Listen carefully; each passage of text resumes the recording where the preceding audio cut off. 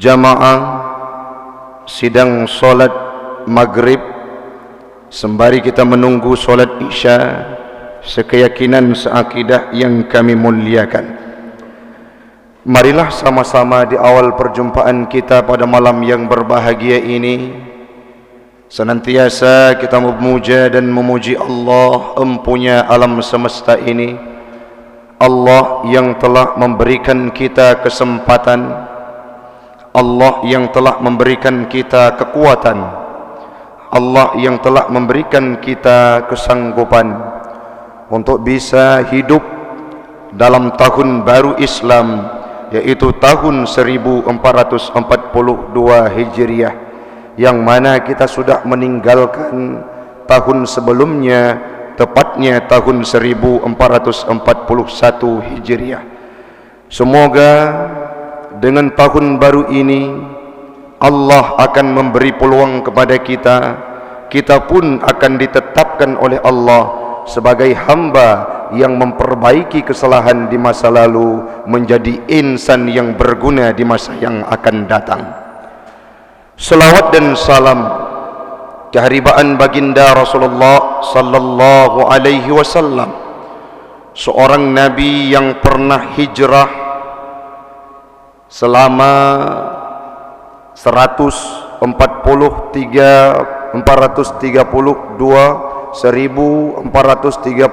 tahun yang lalu.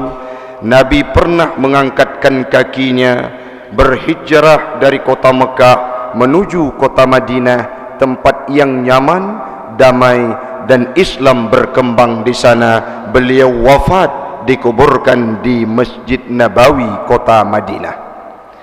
Selawat dan salam kepada al dan sahabat beliau sekalian yang telah berkontribusi tanpa henti untuk memperjuangkan akidah yang suci ini. Akidah Islam yang kita anut hamba Allah pernah diperjuangkan oleh para sahabat bersama baginda Rasul 1442 tahun yang lalu, di mana para sahabat tercabik-cabik tubuhnya, mengalir darahnya, dihempas oleh senjata lawan, berjuang fi sabilillah untuk Islam, agama saya, agama anda dan agama kita semua. Yang kami hormati Imam Besar Masjid Jami', yaitu Abu yang kita muliakan, yang kita hormati Ketua BKM, panitia pengurus, panitia pembangunan, jamaah sidang solat maghrib dan isya sekeyakinan yang kami muliakan.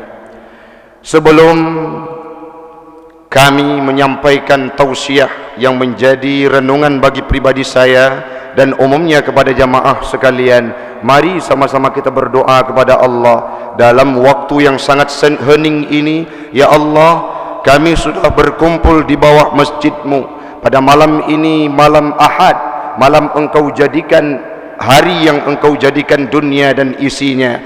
Kami berkumpul di sini untuk i'tikaf, berharap ridha-Mu ya Allah. Maka kelak di yaumil qiyamah satukan kami dengan orang yang sangat kami cintai, yaitu Nabi Muhammad sallallahu alaihi wasallam. Amin, amin ya rabbal alamin. Hamba Allah orang Syi'lun yang sangat saya muliakan, dalam pertemuan ini ada dua hal yang ingin disampaikan, yang mana dua hal tersebut sedang kita hadapi dan sedang kita lalui. Salah satu di antaranya adalah kondisi musibah yang didatangkan oleh Allah, makin hari semakin berat, makin hari semakin bertambah, makin hari bukan makin berkurang nampak di mata kita. Ini merupakan ujian terberat yang diberikan oleh Allah kepada kita. Tugas kita bersabar. Yang selanjutnya, kita hamba Allah masih berada dalam nuansa, dalam bulan haram, kata Allah dalam Al-Quran. Salah satu dari 4 bulan haram itu adalah bulan Muharram yang sangat mulia. Permulaan tahun dalam Islam adalah bulan Muharram. Malam ini kita akan membahas dua topik tersebut yang menjadi manfaat bagi pribadi saya dan umumnya kepada jamaah sekalian. Hamba Allah orang Syi'lun, Imam Al-Ghazali pernah berkata dalam kitabnya, beliau berpesan, orang yang rabih. Apa makna rabih?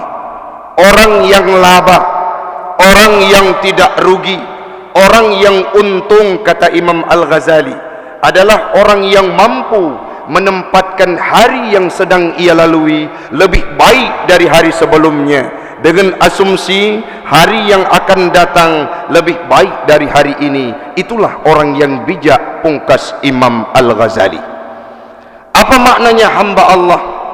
Allah telah menitipkan umur kepada kita 20 tahun, 30 tahun, bahkan ada umur yang dititipkan oleh Allah, umur umatnya Nabi Muhammad ghalib 60 tahun hamba Allah.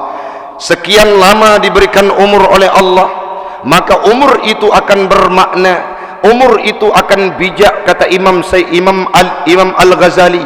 Bagaimana kondisinya? Kita mampu memantapkan hari, bulan, tahun yang kita tempuh lebih baik dari hari-hari sebelumnya hamba Allah. Pemakna tengku Tun siribe pertuh Pepluh sayang kau liket. Sekian lama tahun hijrah sudah berlalu, umur kita makin hari makin bertambah. Waktu yang diberikan oleh Allah kita lalui sebagaimana mestinya. Yang menjadi pertanyaan hari ini hamba Allah, akankah kita termasuk dalam kategori orang yang bijak sebagaimana yang disampaikan oleh Imam Al-Ghazali, bila kita memaknai hari-hari sebelumnya dengan penuh kealpaan dan tidak memposisikan diri sebagai orang yang hijrah kepada kebaikan. Siton yang kau likut getanyo sabe tapubut maksiat. 1 tahun yang lalu kita bermandikan noda dosa, kita sering menggunjing, kita sering mengadu domba, kita menjadi orang yang merusak kehidupan orang lain. Tahun lalu kelam dan gelap dalam kehidupan kita hamba Allah. Maka kalau Muharram itu datang, tahun baru Islam itu datang, sangat identik dengan hijrah. Apa itu makna hijrah? Hakikat hijrah hamba Allah bukanlah berpindah tubuh dari suatu tempat ke tempat yang lain, namun hijrah yang sesungguhnya adalah sebagaimana yang didefinisikan oleh ulama-ulama terkemuka kita. Hijrah itu adalah orang yang berangkat dari suatu kondisi kepada kondisi yang lain. Kalau kita lihat kondisi yang pertama lebih buruk dibandingkan kondisi yang kedua. Artinya apa? Hijrah itu tapinah dari tempat yang buruk, tapinah dari kondisi gedanyo yang buruk kepada tempat yang lebih jero dalam pandangan agama Islam. Ada di sana Nabi Allah Adam yang hijrah dari surga ke dunia, itu pun membawa kebaikan. Tengkuknya penak Nabi Adam hijrah dari surga ke dunia. Samporonyo ubina ilme kamu hana urang yang pegah bahwa dunia lebih ged dibandingkan surga. Namun yang menjadi sudut pandang kita dari hijrahnya Nabi Adam bukanlah perpindahan beliau dari surga menuju alam dunia, namun kebaikan yang tersirat di dalamnya adalah Nabi Adam hana pengen urang siklun neduk dalam surga hanya dua dengan Siti Hawa. Hijrahnya Nabi Adam ke dunia untuk menjemput kawannya, untuk menjemput umatnya, untuk menjemput keturunannya, untuk menjemput kita orang yang berpahamkan Islam, orang yang beriman, orang yang percaya kepada kitabnya Allah, menjemput kita sebagai kawan beliau di yaumil qiyamah nantinya masuk dalam surganya Allah. Itulah kebaikan dari hijrahnya Nabi Adam surga menuju ke alam dunia. Ada Nabi Muhammad. Sebelum Nabi Muhammad ada Nabi Allah Ibrahim yang hijrah dari kota pertama ke kota Mekah, di mana Nabi Ismail dititipkan di dekat Ka'bah. Kenapa hijrah? Karena kondisi tempat Nabi Ibrahim dilahirkan luar biasa musyrik dan tidak menyembah Tuhan. Jangankan orang lain, ayahnya sendiri Azar adalah orang yang membuat patung luar biasa. Hijrah Nabi Ibrahim. Ada Nabi Musa yang hijrah dari kejaran kafir, yang hijrah dari bala tentara Fir'aun, sehingga terbelah Laut Merah. Beliau masuk hijrah ke tempat yang lebih mulia bersama rombongannya. Ada juga Nabi Nuh yang dakwahnya kalau tidak salah kurang lebih 800 tahun dengan pengikutnya hanya 80 orang manusia. 800 tahun Nabi Nuh berdakwah untuk memperkenalkan agama Allah, tetapi tidak banyak manusia yang ikut untuk hijrah, untuk masuk dalam agama yang dibawakan oleh Nabi Nuh. Kala itu diperintahkan oleh Allah, ya Nuh, iya ya Allah, buatkan perahu besar untuk engkau berlayar. Di mana itu? Di atas bukit. Sehingga Nabi Nuh nepegat betra yang cukup raya, dicaci, dihina, itik kotoran, dianiaya, luar biasa kondisi Nabi Nuh. Tapi beliau karena perintah Allah taat luar biasa. Jangankan orang lain, anaknya Kan'an berkata, ya bunayya irqam ma'ana, wahai anakku, mari kita hijrah dari banjir bandang yang didatangkan oleh Allah. Apa jawab Kan'an? Ya abati, wahai ayahku, sa'awi ila jabali ya'simuni minal ma', aku akan lari ke atas bukit, ke atas gunung yang mampu menjauhkan diriku dari banjir bandang yang didatangkan oleh Tuhanmu. Jangankan orang lain, hamba Allah, anaknya sendiri Nabi Nuh murka dan tidak mau beriman kepada Nuh. Akhirnya hijrah Nuh dengan dengan pasukanmu, dengan orang-orang yang mau beriman, dengan binatang yang engkau bawa dalam bahteramu, sehingga Nabi Nuh hijrah terombang-ambing di atas banjir bandang, beliau selamat. Banyak dari pertama sejarah manusia diciptakan sebagai khalifah, yang pertama adalah Nabi Allah Adam, sampai detik Nabi yang terakhir, Nabi kita hamba Allah, dianjurkan untuk hijrah dari tempat yang tidak baik ke tempat yang lebih mulia. Hijrah itu jangan dimaknai dengan kondisi berpindah tubuh kita dari suatu tempat ke tempat yang lain, namun bisa juga diartikan berpindah ruh kita, berpindah jiwa kita dari bermaksiat kepada Allah menjadi orang yang tawadhu, menjadi orang yang taat, menjadi orang yang berbakti terhadap perintah Allah. Itu pun bisa dikategorikan dengan hijrah hamba Allah. Orangnya cukup le uriang kadangkala, bahkan na yang temanyang ke kamu, tengku ilon ton yang kau likut cukup bruk kehidupan. Kadangkala long pengut gop, kadangkala long cok harta gop, kadangkala long jet ke kontraktor yang korupsi, jet ke pejabat yang korupsi, jet ke urung-urung yang biasa berandalan, tidak kenal dengan solat, hayya ala solat dialpakan. Cukup bro kehidupan lun jamun tengku, pekeh dengan tun barunya, menyalun ibadat, long taubat kepada Allah. Akan geterimong taubat lo? Jawaban ji hamba Allah, menyegetanya tru, kita ketuk pintunya Allah, kita ketuk hatinya Allah, kita ketuk ridhanya Allah. Dengan meraih ridhanya, ingin kita cari cintanya Allah, bukan karena gila surga, bukan karena gila pujian dari manusia. Allah akan senantiasa mengunjung, Allah akan menerima setiap hambanya yang ingin bertaubat dan hijrah ke tempat yang baik. Bagaimana sejarah sahabat yang dalam hadis riwayat Bukhari Muslim, Nabi pernah berkata, ada seorang sahabat yang dekat dengan neraka, amalannya, kegiatannya dekat dengan neraka, tak ubahnya satu hasta, kata Rasul. Tetapi karena beliau mendapatkan hidayah, hijrah dalam Islam, menjadi mu'allaf, berperang bersama baginda Rasul, beliau syahid. Akhirnya Rasul berkata, inilah orang yang tidak pernah mempergunakan keningnya untuk sujud, tetapi diberikan prioritas surga oleh Allah. Kenapa? Karena hijrah dalam agama Allah untuk mengharap ridhanya Allah. Orangnya orang syi'lun, menyegetanya udip ditun siribe pertuh berpeluh sayang kau likut sering pubut bro. Maka orangnya, mari kita buka lembaran baru, hilangkan segala kealpaan, hilangkan segala kejahatan, mari kita minimalisir, ganti kehidupan kita, ganti sejarah kita dengan kebaikan. Sebagaimana Nabi Allah Adam sebagaimana Nabi Ibrahim, sebagaimana yang dilakukan oleh sahabat-sahabatnya Nabi, sebagaimana yang diimplementasikan oleh Rasulullah dalam kehidupannya. Beliau hijrah kala Islam tidak lagi diindahkan di kota Mekah.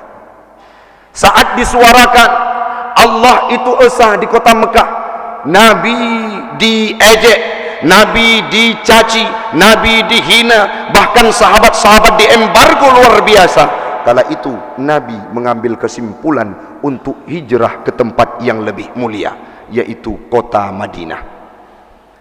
Dalam tahijrah, dalam berpindah gedanya dari suatu kondisi untuk kondisi yang lain, itu banyak tantangan. Tantangan orang silap.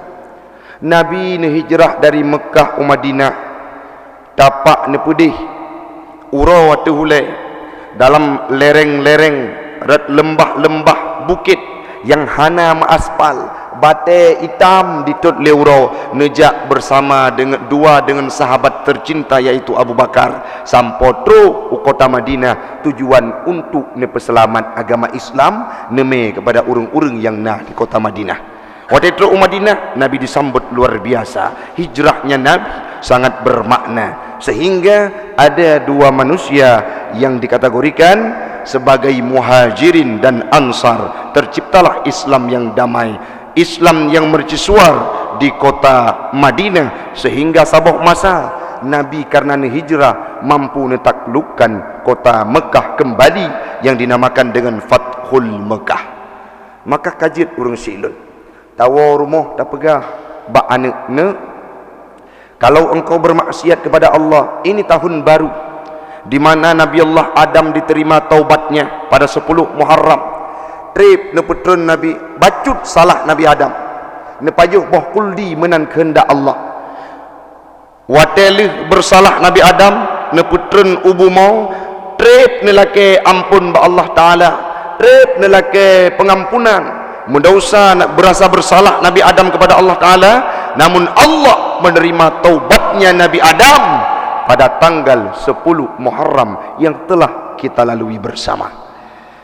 Nabi Nuh selamat dari banjir bandang pada tanggal 10 Muharram. Nabi Yunus bacut kesalahan sehingga watenya Nabi Yunus neik atuh bahtera yang hanya let padum drawa manusia. Watenya dialek ngen-ngen, Nabi Nuh harus dilemparkan ke dalam lautan, sehingga Nabi Nuh ikut lengkut maya bahasa gedanya. Watenya gedua dalam mengkut gemedoa uro malam li Nabi Nuh ba Allah Taala, Nabi berselamat lon ya Allah. 10 Muharram diselamatkan Nabi Yunus oleh Allah Subhanahu wa Taala. Doa-doa yang kita panjatkan pada bulan Muharram, zikir yang kita kumandangkan, insya Allah akan senantiasa diijabah oleh Allah. Kenapa? Karena bulan Muharram adalah bulan yang sangat mulia, termasuk dalam salah satu 4 bulan yang diharamkan, yang dimuliakan oleh Allah selain bulan Ramadan. Maka dalam bulan Muharram dianjurkan kepada kita saat awal bulan Muharram untuk puasa lehuro, pertengahan bulan Muharram puasa, bahkan Asyura pun dianjurkan untuk puasa. Saat mengantarkan bulan Muharram itu pergi, kita pun dianjurkan berpuasa. Bila ibadah dalam bulan Muharram, sehingga lembaran yang baru akan tertuliskan dengan tinta hijau, tidak ternodakan dengan tinta hitam. Itu yang pertama. Yang pertama orang silun, mari legetanya tak jadikan sebagai bulan tahun barunya sebagai ajang untuk hijrah. Realita, logika yang kita miliki, orang le senang dengan truh tahun baru dalam kehidupan. Tapi dalam satu sisi kita harus sedih. Kenapa? Umur kita yang dijanjikan oleh Allah, semakin tahun itu bertambah, maka umur kita semakin berkurang. Kondisi, jangka waktu, durasi yang diberikan oleh Allah untuk kita hidup di dunia semakin berkurang. Semoga dengan berkurang dan bertambahnya tahun, berkurangnya umur kita, kita akan menjadi orang yang hijrah dari hal yang buruk, selalu memperbaiki diri menjadi orang terbaik yang mendapat ridhanya Allah. Yang kedua, hamba Allah yang perlu disampaikan, sekarang kondisi taun, kondisi wabah, kondisi COVID-19 di tempat kita semakin marak, semakin kronis. Bahkan di Nusantara kita, hamba Allah, hari ini saya dapatkan berita dari WA yang dilayangkan oleh kawan. Apa itu? Ustaz, hati-hati dengan pesantren yang Ustaz pimpin di Bayuwangi, di Jawa sana, di luar Aceh. 771 santrinya terjangkit COVID-19. Coba bayangkan, hamba Allah, musibah ini didatangkan oleh Allah bukan untuk orang-orang yang bermaksiat saja, tetapi ini adalah taun sebagai peringatan kepada kita bahwa Allah sesuai dengan janjinya dalam Al-Quran, walanabluwannakum bisyai'im minal khawfi wal ju'. Allah akan mencoba manusia dengan kelaparan. Kondisi tahun sekarang, jangankan dalam faktor sosial, dalam faktor ekonomi pun kita dihampiri olehnya. Krisis ekonomi yang luar biasa, ekonomi Indonesia yang semakin hari semakin ambruk karena COVID-19. Diuji manusia oleh Allah dengan kelaparan.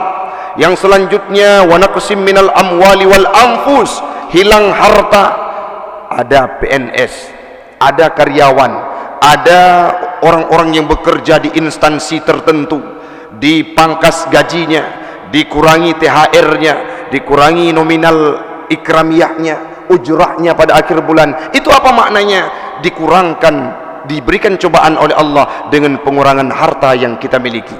Yang selanjutnya, kehilangan anfus. Apa makna anfus? Jiwa, kematian. Hari berganti hari, selalu kita mendengarkan, Ustaz, hari ini di tempat pulan, di daerah pulan terjangkit COVID. Sudah banyak para manusia, masyarakat yang ada di Indonesia berpulang ke hadirat Allah Subhanahu wa ta'ala karena taun musibah yang didatangkan oleh Allah yang luar biasa. Selama sejarah, baru ini tahun terlama, baru ini musibah terlama diberikan oleh Allah. Berbeda kondisi dengan tsunami yang pernah dihadirkan 2004. Satu hari kelar musibah, tidak ada terjangkit kepada orang lain. Waktu itu tsunami, legejuk tsunami 15 minit, orang safan-safa dalam kondisi 15 minit. Olehnya orang yang mati gepesapat le orang yang udip. Tetapi sekarang hari berganti hari, jumlah positif corona di Aceh makin bertambah. Maka karena kondisi tersebut, hamba Allah, sekarang pemerintah sudah mencanangkan gebrakan masker. Maka kita harus mengindahkan supaya pemutusan rantai COVID-19 itu berjalan sukses di tempat kita. Maka optimalisasikan, pakai masker, cuci tangan, jaga jarak, social distancing. Bila tidak ada keperluan, berdiam diri di rumah. Bila memang memungkinkan untuk mencari nafkah, jaga diri supaya Allah meridai terhadap apapun yang kita kerjakan. Akhir ayat tersebut disampaikan oleh Allah, ya Muhammad, wabashiris sabirin, sampaikan kabar-kabar gembira kepada orang-orang yang bersabar terhadap musibah yang didatangkan oleh Allah. Uranya gejuk musibah yang hana bla-bla long. Tanya ja ulua daerah tamitara seki han lepah. Tanya ja ulua daerah untuk SPT, utusan tugas pun han lepah. Kemanapun kita pergi, kita tidak dibolehkan, dianjurkan kita untuk berdiam diri di daerah sendiri. Bahkan ada orang saling curiga antara satu dengan lainnya apabila kita pulang dari tempat yang lain. Contoh apa enggak? Watena urang gowo dari tempat JO dari luar Aceh, itu dianjurkan untuk berdiam diri di rumah, isolasi mandiri selama 14 hari. Itu merupakan musibah yang didatangkan oleh Allah. Sembari kita sabar, hamba Allah, terhadap ujian yang didatangkan oleh Allah, kita jaga protokoler kesehatan, kita jaga, kita optimalisasikan bagaimana kita maksimalkan, bagaimana jaga kesehatan terhadap COVID-19 ini. Sembari kita bersabar, mari kita tingkatkan ibadah kita lebih-lebih dalam bulan Muharram tercinta ini, hamba Allah. Sayyidina Ali pernah berkata, in sabarta jarrat alaikal maqadir. Bila engkau sabar, bila engkau tabah, terhadap takdirnya Allah, yang mana takdir itu sudah ditentukan oleh Allah jauh sebelum dunia ini diciptakan. Takdir Allah nyan hana berubah orang silun. Watek sebelum Adam diciptakan sudah ada takdirnya Allah, sudah tercantumkan dalam Lauhul Mahfuz sebagaimana yang dijelaskan Allah dalam Al-Quran. Namun kondisi kita bila sabar terhadap musibah akan diberikan pahala oleh Allah. Imam Sayyidina Ali berkata, in sabarta jarrat alaikal maqadir wa anta ma'jurun wa in jaza'ta. Menyagutanya tak mengeluh, orang malam tak pegah, Allah hana di, Allah hana betul, Allah kejap musibah kegetanya. Kadang-kala rezeki anak teduk di rumah, rezeki hana datuh minta, makin uro makin morat marit kehidupan, makin uro katanya makin susah. Itu mengeluh dalam terhadap ujian yang diberikan oleh Allah. Maka dipesankan oleh Imam Sayyidina Ali menyagutanya mengeluh terhadap musibah itu. Wa in jaza'ta jarrat alaikal maqadir. Keluhan kita tidak akan mampu merubah takdirnya Allah, namun kita diberikan dosa. Dan mengeluh terhadap musibah, protes terhadap Covid, bengeh ke pemerintah, bengeh ke panitia Covid, bengeh kepada tim protokoler kesehatan, bengeh kepada urung-urung yang di atas, bengeh kepada urung-urung yang lebih berkuasa karena diinstruksikan untuk pakai masker. Bahkan ada wacana didenda, diberikan dera kepada orang yang tidak mematuhi gebrakan masker ini. Bengeh, mengeluh, protes. Maka Sayyidina Ali berkata, wa in jaza'ta jarrat alaikal maqadir wa anta ma'zurun. Allah gejuk dosa kegedanya, menyata mengeluh dan hana sabar terhadap musibahnya. Maka mari hamba Allah, kamu seperti urung-urung yang khutbah, seperti penceramah dari golongan dai, dijo surat kabar, dijo edaran ustaz, disampaikan kepada masyarakat awam, disampaikan kepada urung-urung yang di sekeliling drone. Apa yang kamu sampaikan bahawa niu indahkan untuk pakai masker. Uronyo ma'had kamu, bahkan kebanyakan ma'had tidak diizinkan pulang oleh petugas-petugas dari pemerintah supaya tidak terjangkit dan putus kondisi rantai Covid, sehingga jenguk pun tidak bisa sebagaimana pesantren-pesantren lain yang ada di Aceh. Itu upaya-upaya untuk kita berusaha menjauhkan diri dari taun yang dihadirkan oleh Allah. Sabar dan tawakal, terserah doa kepada Allah. Perbanyaklah zikir terhadap musibah ini. Insya-Allah lagekun orang Aceh pat ujian yang hana pirang, pat perang yang hana reda. Yakinlah ate terhadap sabab musibah yang dijauh oleh Allah Ta'ala pasti akan ada penghujungnya. Tugas kita berdiam diri dan bersabar kepada Allah, berusaha semaksimal mungkin untuk menjaga diri dan keluarga. Insya Allah musibah itu akan kita lewati bersama sebagaimana yang kita harapkan. Maka mari hamba Allah, di masjid lagi kondisi jino, masjid Bandung masjid kurung. Seharusnya makin gejuk musibah Allah Ta'ala, legedanyo makin tawangan Allah. Namun yang kenyataan yang kita lihat hari ini, makin musibah itu tidak berujung, orang bermaksiat luar biasa.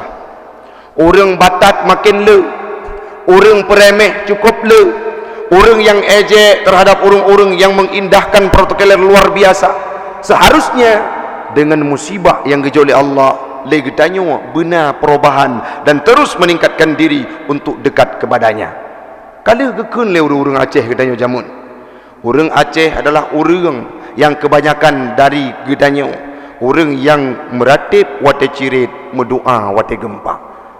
Kondisi tersebut apa maknanya? Le urang yang kadang-kala ingat ke Allah wate kagejuk musibah lagi kondisi jino. Yang paling gat adalah le tak ingat ke Allah wate musibah, baik le kembali untuk kita lupakan Allah. Maka mari long drone gedanyo Bandung untuk mengindahkan, untuk sabar, untuk tawakal terhadap musibah yang gejuk oleh Allah Ta'ala, sehingga menyapun getanyo meninggal dalam musibahnya akan gejuk pahala oleh Allah Ta'ala dan gepeduk sebagai orang yang mendapatkan prioritas surga karena musibah yang didatangkan oleh Allah.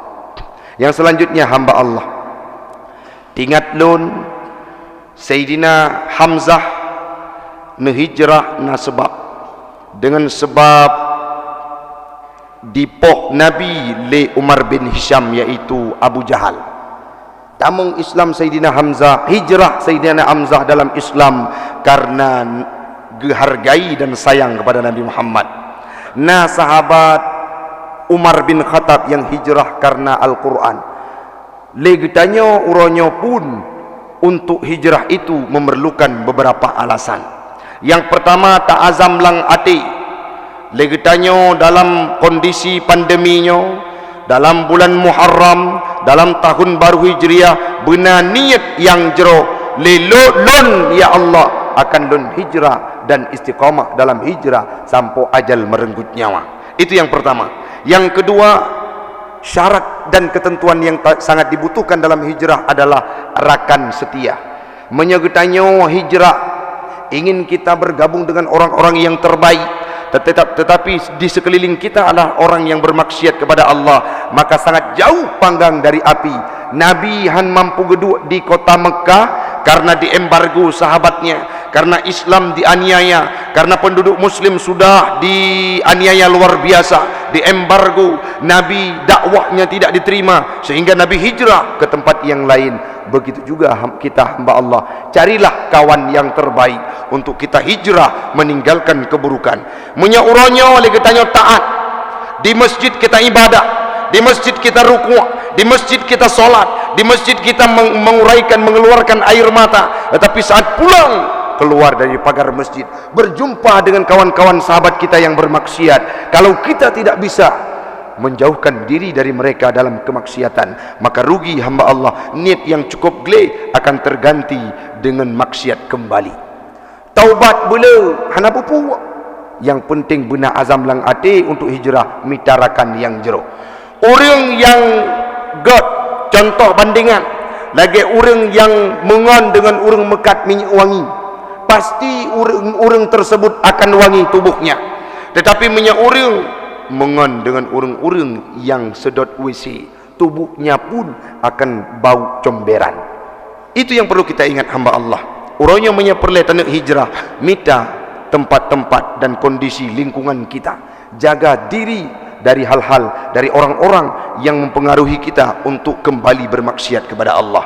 Menyahijrah karena niat lang ati, ngon kondisi kehidupan kasering tajak pa majlis taklim, kita tinggalkan dunia gelap, insya-Allah Allah akan memberikan kebaikan kepada kita. Yang selanjutnya, bek sagai-sagai hijrah dikarenakan sebab duniawi.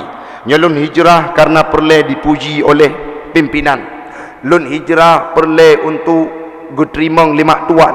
Lun hijrah perle karena suatu kondisi, perle kepada jabatan, itu tidak akan diterima oleh Allah Subhanahu wa taala. Mudah-mudahan orang syi'lun dalam paparan yang sangat singkatnya jid kemanfaat bagi pribadi ulun tuan dan umumnya kepada jamaah sekalian. Maklum dikarenakan malamnya kondisi pun kurang sehat, kamu baru metup acara Muharram di Ma'had An-Nahla, kondisi lelah, namun karena ikatan batin yang sangat kuat dengan Masjid Jami, karena orang yang di sini adalah orang-orang yang terpilih, ingin memberikan kontribusi terbaik untuk hidupnya dan ingin hijrah, maka ulun tuan pun hadir untuk menggantikan gure kitanya bersama, yaitu Abijul. Lebih dan kurang ulun tuan laki maaf, yang perlu kita petik intisari dari paparan singkat tadi adalah, yang pertama, maknailah Muharram ini dengan kondisi hijrah dari yang terburuk menjadi kondisi yang terbaik.